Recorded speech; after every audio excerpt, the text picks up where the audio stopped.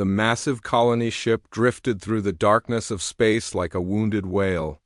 Its beautiful crystal hull, once gleaming with pride, now bore deep scars from enemy weapons. Inside the ship, panic filled the corridors as thousands of Zephyrian families huddled together, their blue-tinted skin pale with fear. Commander Veltar rushed through the chaos toward the bridge, his 4 arms carrying data tablets and emergency reports. The elegant Zephyrian moved with grace despite his terror. His people were known throughout the galaxy for their peaceful nature and incredible artistic abilities. They built ships that looked like floating sculptures and created music that could make entire planets weep with joy, but right now, none of that mattered. They were about to die. The bridge doors slid open with a soft hiss, revealing a scene of controlled panic. Officers with crystalline features worked frantically at their stations, their voices creating a symphony of worry. Through the massive viewing screen, dark shapes moved like sharks in the void. "Status report," Veltar demanded, though he already knew it was bad. "Sir, the Korthic fleet has us completely surrounded," reported his second-in-command, her voice trembling. 37 warships, all heavily armed. They've disabled our engines and are jamming our hyperspace drives? Veltar felt his heart sink. The Korthic Dominion was every peaceful species' worst nightmare. They weren't just conquerors, they were hunters who treated entire civilizations like prey. They would capture the colony ship, take everyone aboard as slaves, and then hunt them for sport across various death worlds. It was their favorite game. "How long before they board us?" Veltar asked. 12 minutes, sir, maybe less." The commander looked around at his crew. These weren't soldiers. They were explorers, artists, and scientists. The most violent thing most of them had ever done was argue about which shade of blue looked better in their poetry halls. They had energy shields and basic defensive weapons, but against the Korthic war machine they might as well throw flowers. "Sir," called out the communications officer, "I'm detecting something strange. The Korthic are playing with us. They could have destroyed us already, but they're taking their time. They want us alive." Of course they did. Dead prey wasn't nearly as fun as living prey that could run and scream. Veltar moved to his command chair, an elegant piece of furniture that seemed to flow like water around his body. He activated the ship-wide communication system. "My fellow Zephyrians, this is your commander. I know you're scared. I'm scared too, but we will not give up hope. We are sending out a distress call to every friendly species in this sector. Someone will come. Someone has to come." He cut the transmission and turned to his communications officer. "Send out an emergency broadcast on all frequencies. Priority Alpha, tell everyone we're under attack by Korthic forces and need immediate military assistance." The officer's hands danced across his crystal console. "Broadcasting now, sir." "But sir, this sector is mostly empty space." "The nearest military outpost is 3 days away.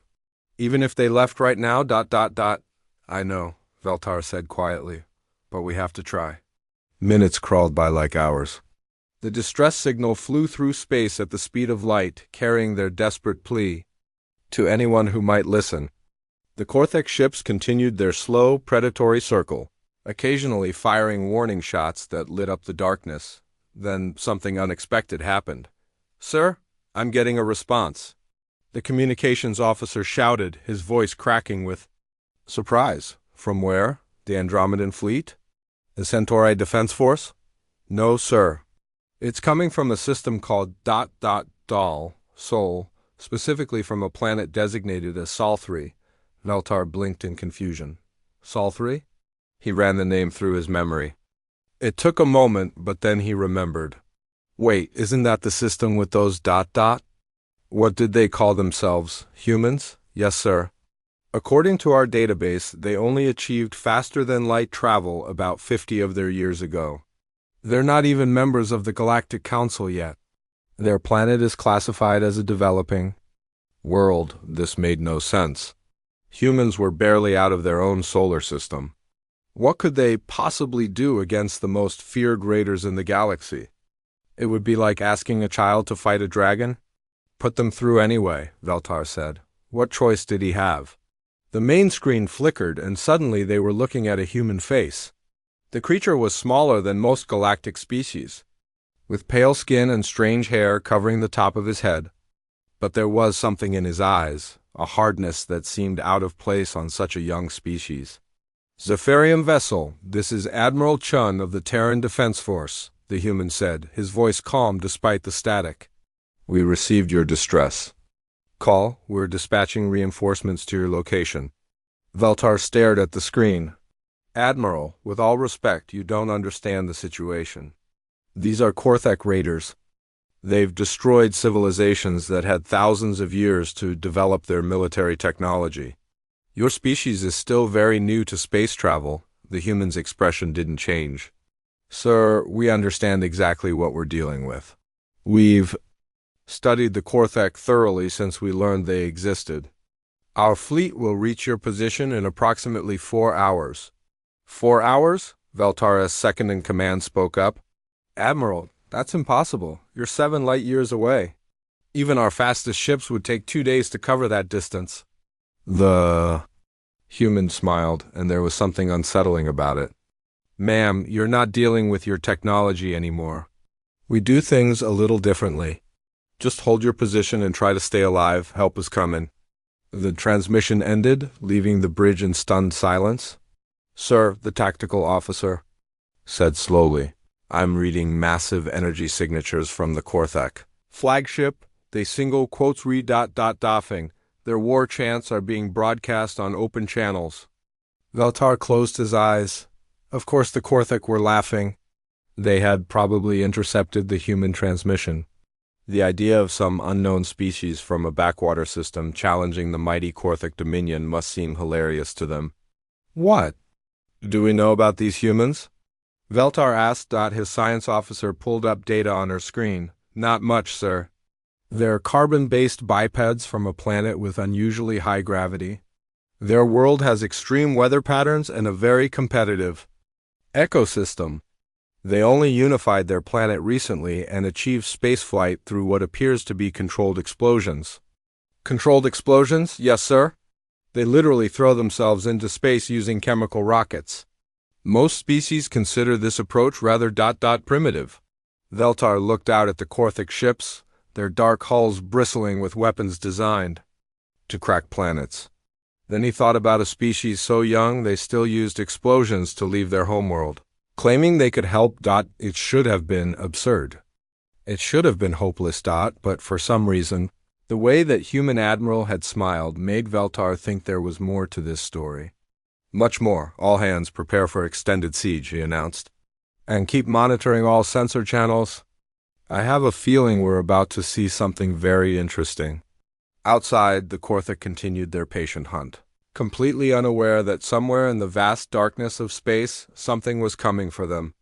Something that had spent millions of years learning how to survive on a world that tried to kill everything that lived on it. Something that didn't know how to quit. 4 hours later, space itself seemed to tear open. Commander Veltar watched his sensor displays in disbelief as readings spiked off the charts. Whatever was coming through hyperspace was doing it wrong, completely wrong by every known law of physics. Most ships emerged from faster-than-light travel smoothly, like stepping through a doorway. This looked like someone had grabbed reality and ripped it apart. "Sir, multiple contacts emerging from hyperspace," his tactical officer reported, her voice shaking. "I count ... 15 ships. No, wait. 23. They keep appearing." The tears in space finally sealed themselves, revealing the human fleet. Veltar stared at the ships on his screen and felt his breath catch. These weren't the elegant vessels he was used to seeing from advanced civilizations. There were no flowing curves or artistic designs. These ships looked like they had been built by someone who expected to get into a fight and wanted to make sure they won. The lead vessel was massive, easily 3 times the size of the largest Zephyrian ship. Its hull was a dull gray color, covered in what looked like armor plating. Weapon systems jutted out from every surface like the spines on some deep-sea creature. This wasn't a ship designed to explore the galaxy or conduct diplomatic missions. This was a ship designed to end threats permanently. What kind of species builds something like that? Every other spacefaring race in the galaxy had moved beyond purely military vessels centuries ago. Wars were rare, conflicts were usually settled through negotiation, and most ships were designed for trade, exploration, or scientific research. These human vessels looked like they expected to fight something every single day. "Sir, we're being hailed by the human flagship," the communications officer announced. "Put them through." The screen flickered and Admiral Chun's face appeared again. But this time, Veltar could see the bridge behind him. It was nothing like a Zephyrian command center with its artistic crystals and flowing designs. The human bridge was all straight lines and practical surfaces. Everything looked like it could survive an explosion and keep working. "Zephyrian vessel, this is Admiral Chun aboard the UES Retribution. Sorry we're a bit late. Traffic was murder getting here." Veltar blinked. Traffic? They were in the middle of empty space. "Admiral, how did you travel 7 light years in 4 hours?" "Our best theoretical models say that's impossible." Chun shrugged. "We don't really do impossible. Our engineers get cranky when you tell them something can't be done. They take it as a personal challenge." Before Veltar could respond, alarms started blaring across the Zephyrian bridge. The Korthek fleet was moving. For 4 hours, they had been content to circle like predators, probably enjoying the terror they were causing. But the arrival of the human ships had changed everything. "Sir, the Korthek flagship is transmitting on all frequencies," the communications officer reported. "Let's hear what they have to say." The screen split, showing both Admiral Chun and the Korthek warlord.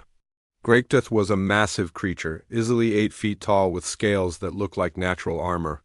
His species had conquered dozens of star systems through pure violence. When he spoke, his voice was like grinding stone. "So, the soft skins have brought friends," Greatdeath rumbled, his translator making his words understandable. "Small friends. Weak friends from a world we have never heard of." "Actually," Chun interrupted calmly, "Earth is pretty well known in certain circles. We just keep a low profile." Greatdeath laughed, a sound like rocks falling down a mountain. "Low profile? Your entire species numbers less than 10 billion. We have conquered civilizations 100 times your size. Your ships look like metal boxes. Your weapons are probably as primitive as your technology." Chun leaned back in his chair, completely relaxed despite facing the galaxy's most feared raider. "You know what?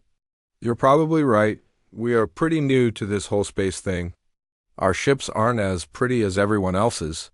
And yeah, our weapons are kind of primitive." Veltar felt his heart sink. Was the human admiral giving up already? "But here's the thing about being primitive," Chun continued, his voice taking on a harder edge. "When you're primitive, you don't overthink things. When someone threatens innocent people, you don't negotiate. You don't issue warnings. You don't try to find a diplomatic solution." He leaned forward, and suddenly his eyes looked very dangerous. "You just remove the threat." Greatdeath's laughter stopped. "Remove the threat? Little human, do you understand who you are speaking to? I am Greatdeath, devourer of worlds, master of the void hunt. I have turned entire planets into hunting grounds. I have made civilizations beg for the mercy of extinction." "That's nice," Chun replied. "I'm Admiral Chun from Earth. We don't really have fancy titles like that. But we do have a saying, mess with the innocent and find out why evolution spent millions of years trying to kill us and failed." The Korthek warlord's eyes narrowed. "Failed? What does that mean?" Chun smiled, and Veltar realized why that expression had seemed unsettling earlier. It wasn't a friendly smile. It was the smile of a predator that had just spotted prey. "It means our planet spent a really long time trying to murder everything that lived on it. Ice ages, supervolcans, asteroid impacts, plagues, predators with teeth the size of swords. Most species would have given up and died out, but humans, we got stubborn about it. We decided that if the universe wanted us dead, it was going to have to work a lot harder." Greatdeath was no longer laughing. Impossible. No species evolves under such conditions and survives to reach space. "Most species probably don't," Chun agreed. But then, most species are smart enough to know when they're beaten. Humans never figured that part out. We just kept getting back up every time something knocked us down. And every time we got back up, we got a little bit tougher, a little bit meaner, and a lot more creative about solving problems. The Admiral gestured to something off-screen, and suddenly the tactical display showed the human fleet spreading out, but they weren't moving like any military formation Veltar had ever seen. Instead of maintaining careful distances and protective formations, the human ships were scattering in what looked like complete chaos. "What are they doing?" his tactical officer whispered. Chun's voice came through the speakers again. "Warlord. Greatdith, you've made a career out of hunting peaceful species. You probably think that makes you tough. But here's something you might not know. There's a big difference between a hunter and a survivor. What difference is that, little human?" Hunter chooses its prey," Chum said quietly. "A survivor doesn't get to choose? A survivor learns to fight everything that comes at them, because everything that comes at them is trying to kill them. And after a few million years of that kind of education, you end up with a species that doesn't know how to quit?" Greatdith snarled, showing teeth like broken glass. "Enough words! You have 30 seconds to surrender your ships before we demonstrate why the galaxy fears the Korthik." Chun's smile got wider. "You know what? I think 30 seconds is plenty of time." He made a gesture to someone off-screen. "All ships, this is Admiral Chun. Remember, these raiders have been terrorizing innocent people for centuries. They think that makes them tough. Let's show them what tough really looks like." The transmission ended, leaving the bridge in tense silence. Through the viewing screen, they could see the human ships continuing their strange, scattered deployment. The Korthik fleet was beginning to move into attack formation, their massive vessels bristling with weapons that could crack moons. "Sir," the tactical officer said nervously, "the humans are completely outnumbered. The Korthak have nearly twice as many ships, and their vessels are much larger." Veltar nodded, but something was bothering him. The human admiral had seemed so confident, so relaxed in the face of impossible odds. Either Chen was completely insane, or he knew something that nobody else did. "Keep all sensors on maximum," Veltar ordered. "I have a feeling we're about to learn something very important about humans." Outside, the two fleets faced each other across the void. On one side, the massive, predatory ships of the galaxy's most feared raiders. On the other, the smaller, uglier vessels of a species that most of the galaxy barely knew existed. But as Veltar watched the human ships complete their deployment, he noticed something that made his blood run cold. The humans weren't spreading out randomly. They were positioning themselves like a pack of hunters surrounding prey, and suddenly he realized who the real predators were. The battle began exactly as everyone expected it would. The Korthik fleet opened fire with enough energy to glass a small moon. Brilliant streams of plasma and particle beams lit up the darkness, all aimed at the scattered human ships. For a moment, it looked like the raider fleet would end this fight before it truly began. Then something impossible happened. The human ships didn't try to block the incoming fire with shields. They didn't attempt to absorb the damage with heavy armor. Instead, they simply weren't there anymore. Where did they go?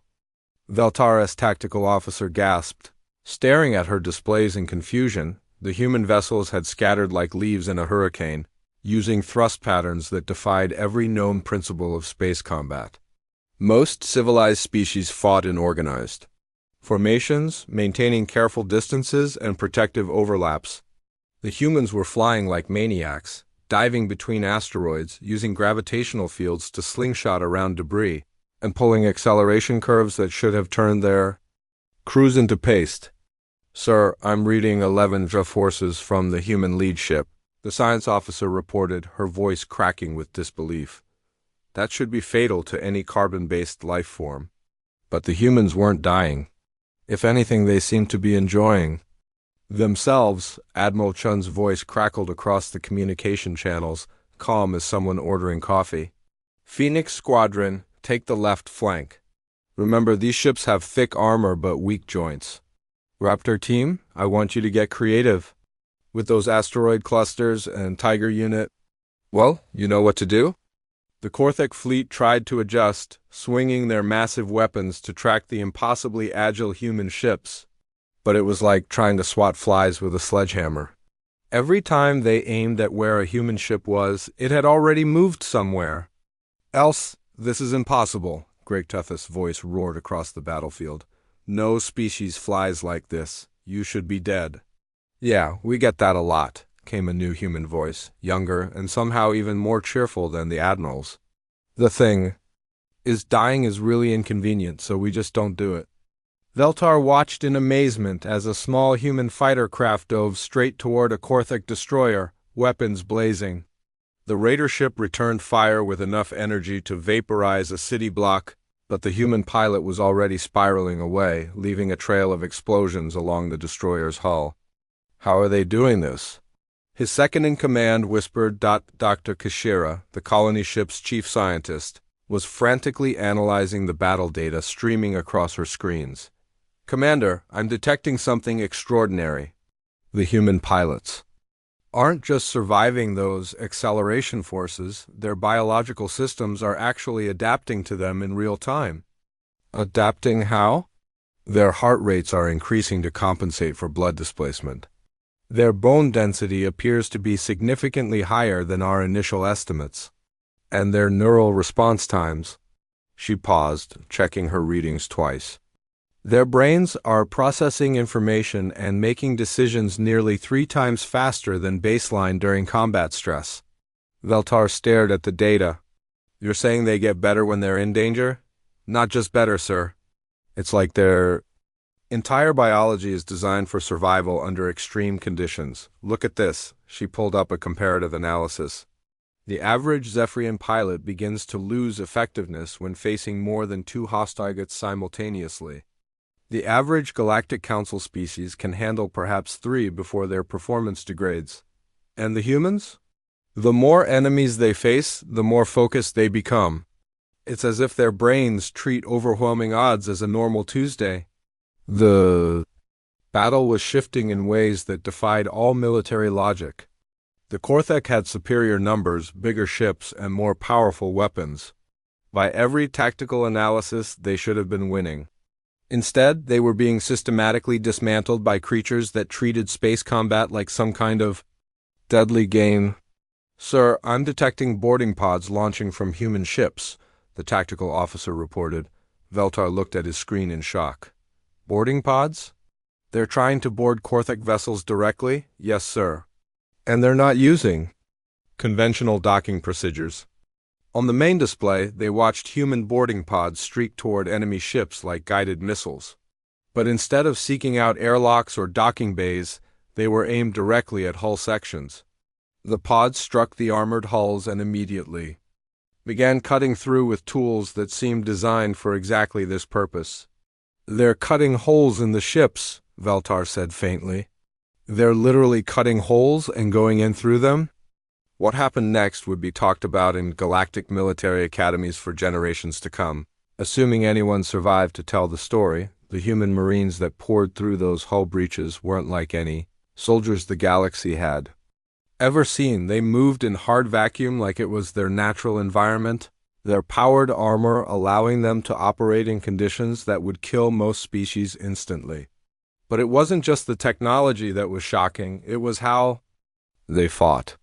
Sir, we're intercepting Korthek internal communications, the communications officer said, her voice shaking. The raiders they're retreating from their own corridors. Retreating? From borders? The Korthak have never retreated from anything, but they were retreating now. The human marines were moving through Korthek ships like a force of nature, using tactics that no civilized species would ever consider. They didn't just fight in the corridors, they moved through the walls, the ceiling, and even the floor when it suited them. Commander, Dr. Kashira called out, I'm analyzing the boarding action recordings. The human marines are operating in environments with toxic atmosphere, zero gravity, extreme temperature variations, and active radiation. Not only are they surviving these conditions, they're thriving in them. One particular recording caught everyone's attention. A human marine sergeant had cornered a group of Korthic warriors in what appeared to be their own armory. The raiders, each one easily twice the human size and armed with weapons designed to punch through starship hulls, were backing away from a single small figure in powered armor. "What manner of demon are you?" one of the Korthics snarled. The human tilted his head, and even through the helmet speakers they could hear him grinning. "Demon? Nah, buddy, I'm from Detroit. We eat demons for breakfast where I come from." The Korthic warrior, who had personally conquered 12 star systems, took another step backward. Meanwhile, the space battle was reaching its climax. The human ships had stopped running and were now actively hunting the larger Korthic vessels. But they weren't fighting like any military force the galaxy had ever seen. They were fighting like a pack of apex predators that had finally found worthy prey. "Phoenix leader to all units," Admiral Chun's voice came across the channels. "Remember, we're not trying to destroy these ships, we're trying to capture them. These raiders have been terrorizing innocent people for too long. Time to put an end to their hunting season? Capture them?" Veltar couldn't believe what he was hearing. The humans weren't just winning, they were planning to take prisoners. "Sir," his tactical officer reported, "the Korthic flagship is attempting to retreat. Retreat. The Korthic never retreat." "They are now, sir." "The warlord is transmitting on all frequencies, calling for immediate withdrawal." Gregteth's voice filled the bridge, and for the first time since anyone had known of the Korthic, their greatest warlord sounded afraid. "All ships, fall back immediately. These are not ordinary prey. These creatures they fight like the void itself." But the humans weren't letting them go. Their ships moved to intercept the fleeing raiders with the same terrifying efficiency they had shown throughout the battle. It wasn't cruelty, it was the cold, methodical approach of a species that had learned a simple truth through millions of years of evolution. If you let a predator escape, it will come back with friends.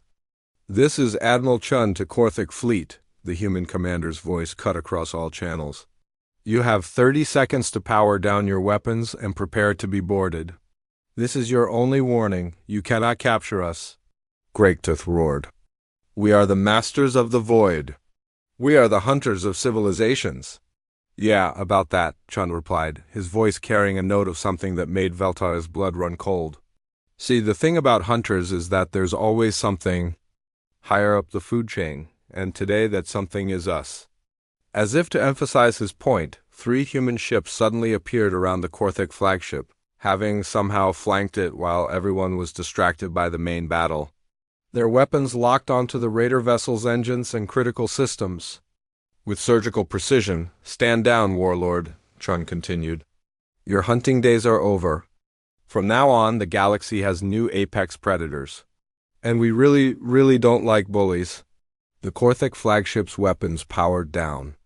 One by one, the remaining raider ships followed suit, for the first time in centuries. The galaxy's most feared hunters had been hunted themselves, and they had lost.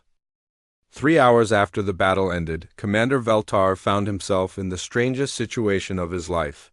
He was sitting across from Admiral Chun in what the humans called their ready room, drinking something called coffee and trying to understand how everything he knew about warfare had just been turned upside down. The coffee was terrible. It tasted like liquid dirt mixed with bitter chemicals. But the humans seemed to love it, and Chen had insisted it was essential for any serious conversation. Veltar was beginning to suspect that humans had very strange ideas about a lot of things. "So let me get this straight," Veltar said, setting down his cup and trying not to make a face. "You defeated the most feared raider fleet in the galaxy, captured their flagship, and took their warlord prisoner. And to you, this was what did you call it?" "A pretty standard Tuesday," Chun replied, refilling his own cup from a pot that looked like it had been designed for industrial use.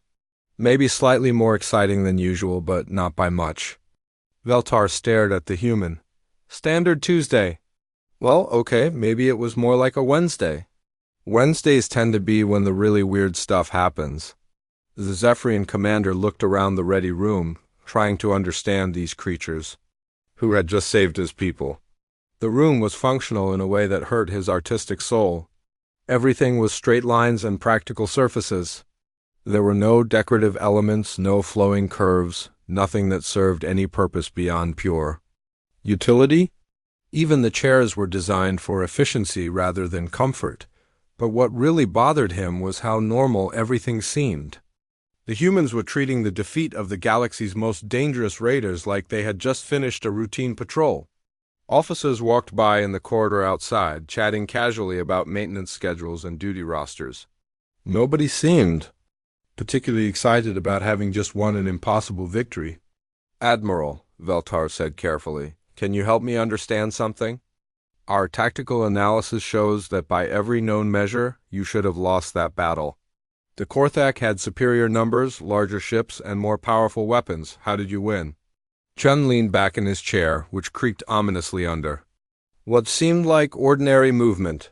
That's a really good question.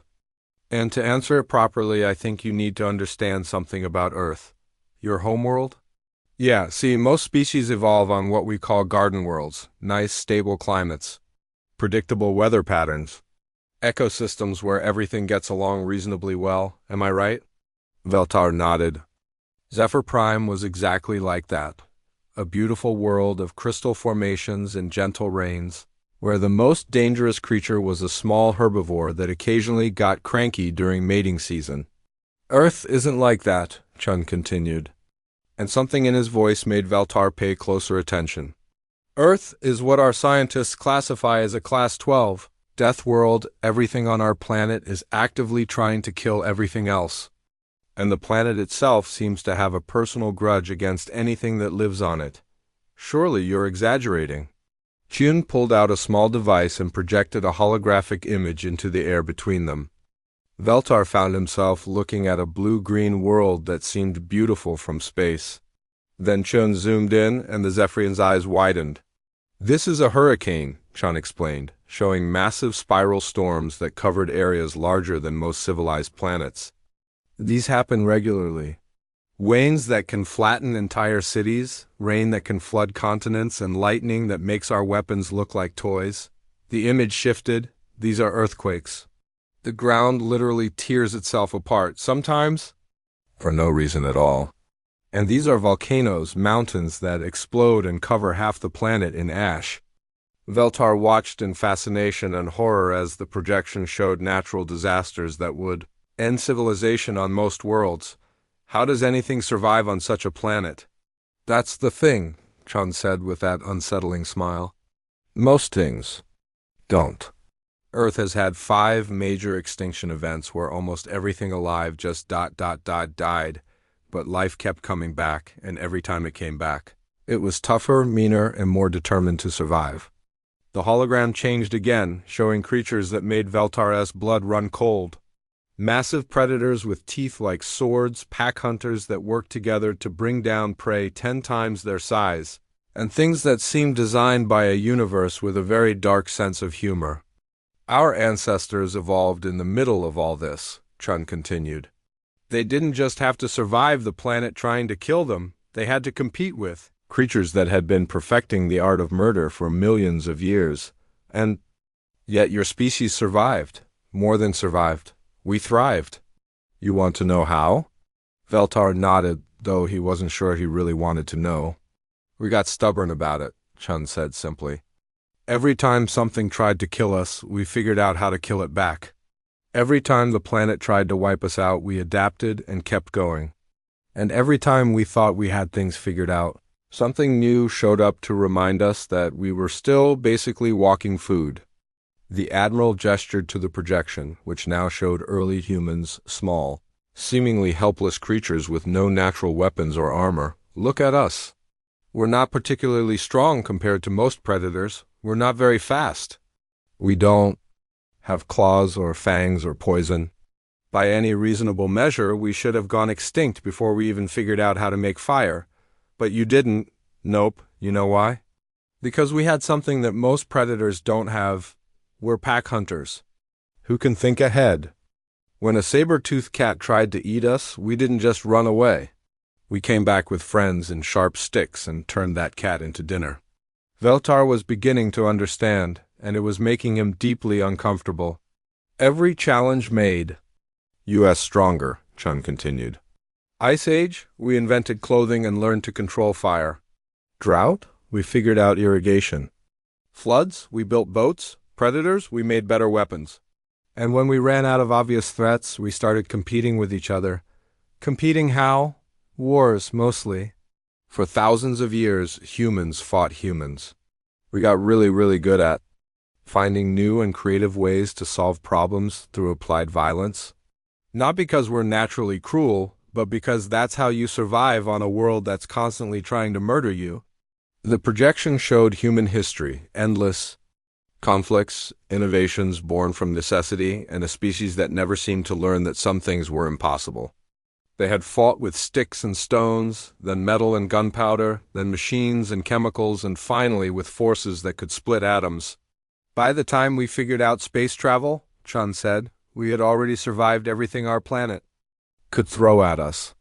Ice ages, supervolcano eruptions, asteroid impacts, plagues that killed half our population, and we just kept getting back up. That's impressive, Veltar said weakly. It's also why fighting the Korthik wasn't particularly challenging, Chun added casually. They're tough, sure, but they're used to hunting prey that gives up when things get difficult. Humans don't really have a give-up setting. Dr. Keshira's voice came through the communication system. Commander, could you and Admiral Chun please come to the medical bay? We've been analyzing the human physiological data from the battle, and there are some things you need to see. The medical bay was unlike anything Veltar had ever seen. Where Zephyrian medical facilities were designed for healing and comfort, this looked more like a combination laboratory and repair shop. Everything was built for efficiency and durability rather than aesthetics. Dr. Kishira was standing next to a display showing biological readouts that made no sense. Admiral Chun? I hope you don't mind, but we've been studying the medical data your people transmitted during the battle. No problem, Doc. What did you find? Something that shouldn't be possible, she said, her voice filled with scientific excitement. Your bone density is nearly 4 times what we consider normal for a carbon-based life form. Your muscle fiber efficiency suggests you evolved under crushing gravitational forces, and your cardiovascular system. She paused, checking her data again. It's designed to function under extreme stress conditions that would be fatal to most species. Chun nodded. Yeah, Earth's gravity is pretty heavy compared to most worlds. And the atmosphere has a lot more oxygen than most places, which is great for endurance, but also means everything tends to catch fire really easily. But that's not the most remarkable thing, Dr. Kishira continued. During the battle, your stress response systems didn't just help you cope with danger, they actually improved your performance. Your reaction times increased, your decision-making speed doubled, and your hand-eye coordination became supernaturally precise. We call that an adrenaline rush, Chun explained. It's what happens when humans think they might die. Our bodies basically turn into biological war machines. Veltar looked at the data, then at Chun, then back at the data. You're saying that when humans are in mortal danger, they become more effective rather than less. Pretty much. It's a survival trait we picked up after spending a few million years being hunted by things with bigger teeth than us. And this is normal for your species? Completely normal. In fact, a lot of humans actively seek out dangerous situations because the adrenaline rush feels good. We call them extreme. 6 months later, the galaxy had become a very different place. Commander Veltar stood in the observation deck of the new Terran Defense Academy, watching something that would have been impossible to imagine just half a year ago. Below him, in the training facilities, young recruits from dozens of different species were learning to fight. Alongside human marines, a Zephyrian cadet was struggling through an obstacle course that would have been considered torture on his homeworld. The artificial gravity was set to Earth normal, which meant he was carrying nearly 4 times his natural body weight. Sweat dripped from his crystalline features as he climbed over barriers that seemed designed by someone with a very cruel sense of humor. Come on, Crystal Face. shouted his human training partner, a Marine sergeant who looked like she could wrestle a mountain and win. "You've got this! Remember what we taught you about breathing." Zephrien, whose actual name was Kelvon, but who had earned the nickname through his performance in hand-to-hand combat training, gritted his teeth and pulled himself over the final wall. He collapsed on the other side, gasping, but he was grinning. "I did it," he panted. "I actually did it." "Damn right you did," the sergeant replied, helping him to his feet. 6 months ago, you couldn't even lift your own body weight in Earth gravity. Now look at you, you just completed the basic infantry course. Veltar smiled, remembering when Kelvon had first volunteered for the human training program. The young Zephrien had been one of the survivors from the colony ship, and like many of his people, he had been profoundly affected by watching humans turn the galaxy's most feared raiders into cowering prisoners. "I want to learn how to be strong like them," he had told Veltar. "I never want to feel helpless again." Now, watching him celebrate with his human training partner, Veltar could see that strength growing. Not just physical strength, though. The enhanced gravity training had certainly helped with that. It was something deeper, a confidence that came from knowing you could handle whatever the universe threw at you. The Academy itself was a testament to how much things had changed. Built in orbit around Earth's moon, it was designed using human engineering principles, which meant it was built to survive things that would destroy most space stations. The outer hull could withstand direct meteor impacts. The internal structure could maintain life support even if half the station was destroyed. And the training facilities were designed to simulate conditions that most species would consider uninhabitable. Ambassador Veltar. A voice called out behind him. He turned to see Captain Rodriguez, one of the human officers who helped run the academy. She was carrying a datapad and wearing the expression that humans got when they had received interesting news.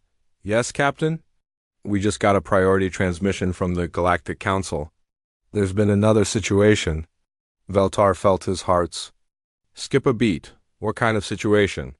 "The hegemony of Sector has invaded the Peaceful Worlds Alliance. They're demanding tribute and threatening to enslave entire populations if they don't surrender. 6 months ago, this would have been a crisis that required weeks of debate, diplomatic negotiations, and carefully worded resolutions that usually resulted in nothing more than strongly worded disapproval. Now things work differently." "What did Admiral Chun say when he received the report?" Veltar asked. Rodriguez grinned. And there was something in that expression that made Veltar remember why humans were so effective at solving problems through direct action. He said, and I quote, "Looks like someone needs to learn about the new management." New management? It's a human expression. It means things have changed, and some people haven't figured that out yet. An hour later, Veltar found himself in the Situation Room watching Admiral Chun coordinate a response that would have been unthinkable before humans entered galactic politics. Instead of forming committees and drafting proposals, Chen was simply deploying fleets. "Battle Group 7 will handle the main Sector fleet," Chen was saying to his staff. "Battle Group 3 will provide humanitarian assistance to the peaceful worlds. And I want Special Operations Command to have a little chat with the Sector leadership about their career choices." "Sir?" one of his officers asked. "What should we tell the Galactic Council?" "Tell them we're handling it. If they want to send diplomatic observers, they're welcome to, but they should probably stay back a bit. Things might get messy." Veltar watched the humans work with the same efficient brutality they had shown against the Korthek. There were no long debates about the ethics of intervention, no careful consideration of political ramifications. Someone was threatening innocent people, so humans were going to stop them. It was that simple. "Admiral," Veltar said, "may I ask you something?" "Sure, Ambassador. What's on your mind?" "How do you make these decisions so quickly?" Most civilized species would spend months debating the proper response to this situation. Chun looked at him with that expression humans got when they were about to explain something they considered obvious. "Ambassador, when you see a bully picking on someone smaller than them, how long do you spend thinking about whether you should do something about it?" "Well, I suppose, exactly. You don't think about it, you just act. The galaxy has spent So long being civilized that it forgot how to deal with people who aren't civilized. And humans haven't forgotten? We never had the chance to forget. On Earth, if you see someone hurting innocent people and you don't do something about it, you're part of the problem. 3 days later, the hegemony of Sectar surrendered unconditionally. Their invasion fleet had been so thoroughly defeated that their survivors were requesting asylum rather than trying to return home. The Sectar leadership had been found by human special operations teams and delivered to the Peaceful Worlds Alliance. For trial. The speed of the resolution shocked the entire galaxy. What should have been a months-long crisis had been ended in less than a week. How did they do it so fast? Asked Counselor Zinwith of the Galactic Council, reviewing the reports. With obvious confusion. They didn't negotiate, replied Counselor Veltar, who had become the unofficial expert on human military doctrine. They didn't issue warnings or demand meetings. They simply removed the threat. But what about proper diplomatic procedures? What about giving the Sectar a chance to reconsider their actions? The humans gave them a chance, Veltar said quietly. They gave them 30 seconds to surrender before opening fire. Apparently that's more generous than most bullies deserve. Word of the Sectar defeat spread through the galaxy faster than light itself. Suddenly, predatory species that had spent centuries terrorizing weaker civilizations found themselves reconsidering their life choices. The humans had made it clear that there were new rules in the galaxy, and those rules were very simple: leave peaceful people alone, or deal with Earth. The changes went beyond just military matters. Species that had been victims for generations were learning to stand up for themselves. The training programs at the Terran Defense Academy were producing graduates who understood that being civilized didn't mean being helpless. Veltar received regular reports from these graduates as they returned to their homeworlds. A Centauri mining colony had successfully fought off raiders who had been extorting them for years. A group of Andromedan research stations had formed their own defense pact and were actually hunting down pirates rather than just avoiding them. The humans have taught us something we had forgotten, wrote Captain Tisara of the reformed Centauri Defense Force. Strength is not about having the biggest weapons or the most advanced technology. It is about refusing to let evil succeed simply because fighting it is difficult. But perhaps the most significant change was in how the galaxy thought about conflict itself. For centuries, civilized species had believed that violence was always wrong, that there was always a peaceful solution if you just talked long enough. The humans had a different perspective. Violence is always the last option, Admiral Chun had explained to the Galactic Council during his first official address. But when someone is threatening innocent people, last comes pretty quickly. But surely there must be better ways to resolve conflicts, Counselor Primic had argued. Absolutely, Chun had agreed. The best way to resolve conflicts is to make sure that bullies understand the consequences of their actions before they start causing problems. And how do you do that? Chun had smiled that unsettling human smile. You make sure everyone in the galaxy knows that there are people who will show up when innocent folks are in trouble. And you make sure those people are the kind that bullies have nightmares about. Now, a year after first contact, the galaxy was settling into its new reality. Peaceful species were learning to be strong. Predatory species were learning to be peaceful. And humans were quietly patrolling the space lanes, making sure everyone remembered the new rules. Veltar stood in his office, looking out at Earth through the viewport. The blue-green planet looked deceptively peaceful from orbit, hiding the violent evolutionary history that had created its current inhabitants. But he understood now that this wasn't a contradiction, it was the point. Peace wasn't the absence of the capacity for violence. Peace was what happened when good people were strong enough to protect it.